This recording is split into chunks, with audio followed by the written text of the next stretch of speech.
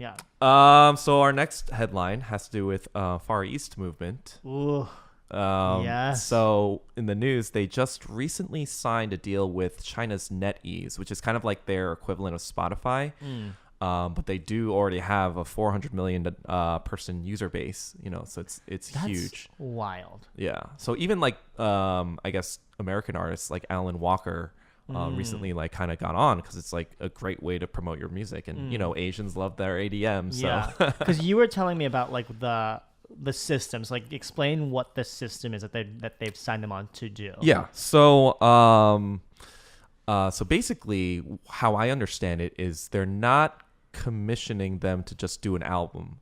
I think what they're doing is NetEase is hiring kind of like Far East movement to kind of boost Chinese talent. So what that is basically every month, Far East movement is going to do a different song with a different Chinese artist for I guess a year, and do kind of like a song with them, and with that cross promotion, kind of promote Chinese artists within China musically.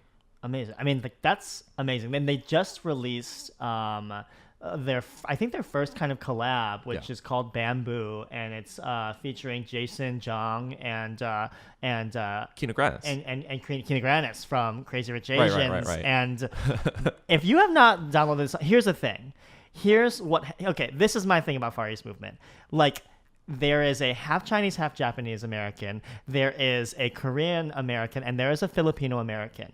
And like, they came up and they had their number one single, like a G6. They did Rocketeer, and then they moved. They kind of were in this space where it was just like, like, what are Asian Americans in the industry? Like they were like these kind of like trailblazers to like really, really punch hard into the system. And I mean, I think it's that kind of, the system was still resistant to that, but they're so good. And like, if you're kind of like, whatever, Far East movement, that like a G6 song, whatever, no, you need to download their album Identity. It came out in 2016. It is like, for me, like the best confluence of East meets West of hip hop, rap, pop, EDM. Yeah, because they do all this melding, different kind of song. Like a G6 is nothing like Rocketeer. I feel like like Rocketeer is like a ballad, right? Yeah, I mean, Rocketeer was originally supposed to be with Bruno Mars. Like, shoot. And then they were like, Bruno Mars isn't big enough, so they got Ryan fucking Tedder from One Republic. Hold on, wait, what year is it? Wait, Bruno Mars was not big enough? You haven't heard Bruno Mars's version? Bruno Mars's version is so much better. Wait, so he did a version? Yeah, but it was like after the fact? No, it's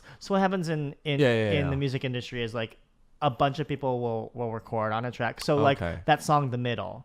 Like I think there was something like 11 women, right. were up for it, so it was like Demi, Selena, I like saw that every Zed single video. thing, yeah. And so that was the thing. It was like Bruno originally, I think, I believe originally wrote it, or maybe even wrote it. Maybe. Oh wow. I don't know. We should. This is gossip.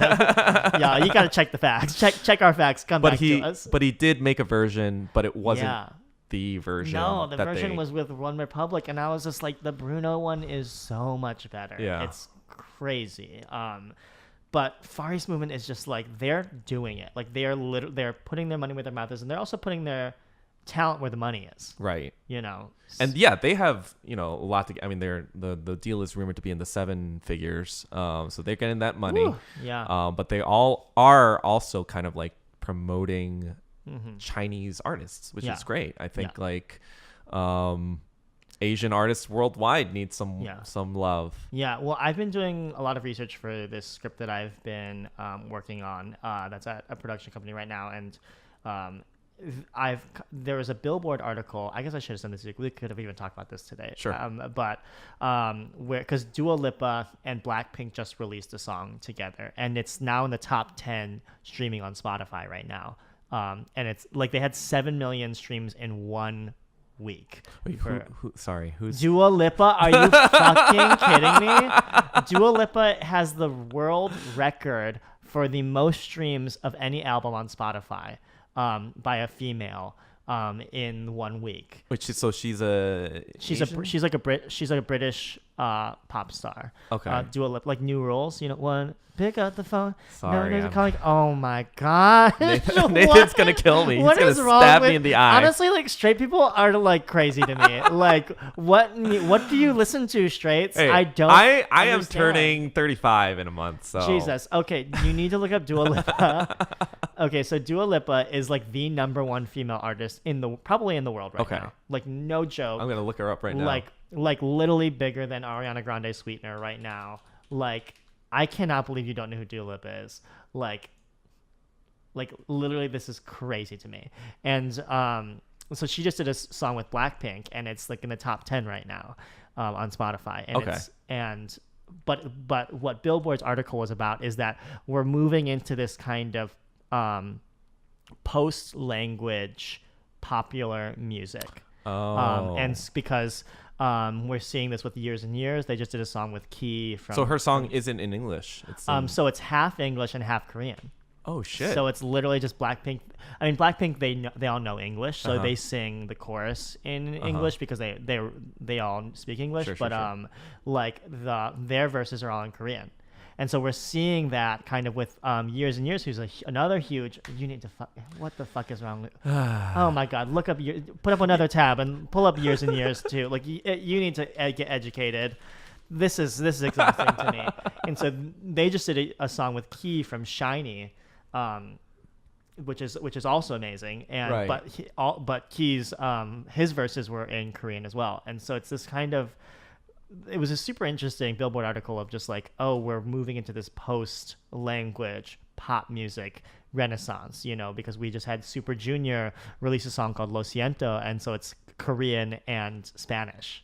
Oh, Yeah. wow. Mhm. Yeah, that's wild. And it it's doing super well in Latin America. Right, because I feel like in maybe like 10 years ago, the only music that was like worldwide was either English or Spanish, right? Mm-hmm. But yeah, I guess like Korean now is moving into that category. And it's a true Goop-de-Got move right there, because like America is so convinced, and Europe is so convinced, it's like, oh, like English is the only way to sell a song, but then Right. literally K-pop going, oh no, we're just gonna we're gonna literally circumvent you and do a song Korean and Spanish, Right. Like it's truly wild, and the song is like 40 million. Are there any other kind of like languages that are coming up besides those? I mean, the three? thing is, like, K-pop's been doing this with every, Right. Right, so right, it's right. like EXO, they have EXO-M, which is like EXO Mandarin, like where it's like, so like all their songs, like they'll release them in Mandarin, they'll release them so like K-pop, a lot of places they'll release their songs in Mandarin, Japanese, I and see. Korean. Yeah. And now, if you look at SM, this is real getting into it, but like, SM is one of the big three in Korea music labels. They're also releasing NCT. They're basically going to like create different Asian brands of their same boy band. What? And so they're releasing like a NCT Vietnam. And so it's like NCT is like their next big, like after Shiny, after Super Junior. I don't know how I feel about this. I know. So they're kind of franchising their music stars. Yeah. And so we'll see how that goes. I don't know if it's going to be successful, and I don't know if it's, but like, like Vietnam loves K-pop. And so they're like, okay, great. Well, we'll give you K-pop, but we'll sing it in Vietnamese for you. Yeah.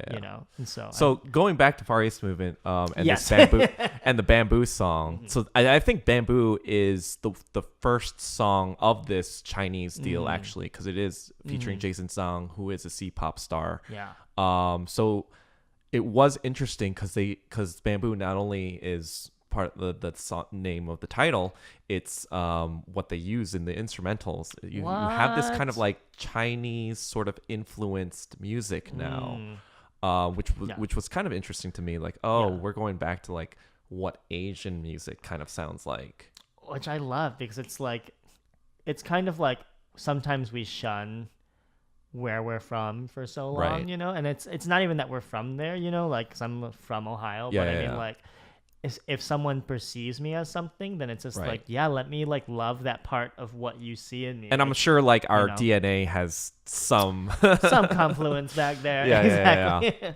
So, but I mean, yeah, no, I'm super excited about these up and coming collaborations, because I think it is this next step of kind of globalization of music within the community. And I think it'll only really help kind of accelerate kind of everything in the entertainment industry. Right. You know, it's like whether it's scripting, whether it's you know, like actors, you know, like it's like, you know, the more skills and the more stories that we can tell, you know, in as many different mediums, like that's kind of how you know, create this kind of globalization of content, Right. which is super fun.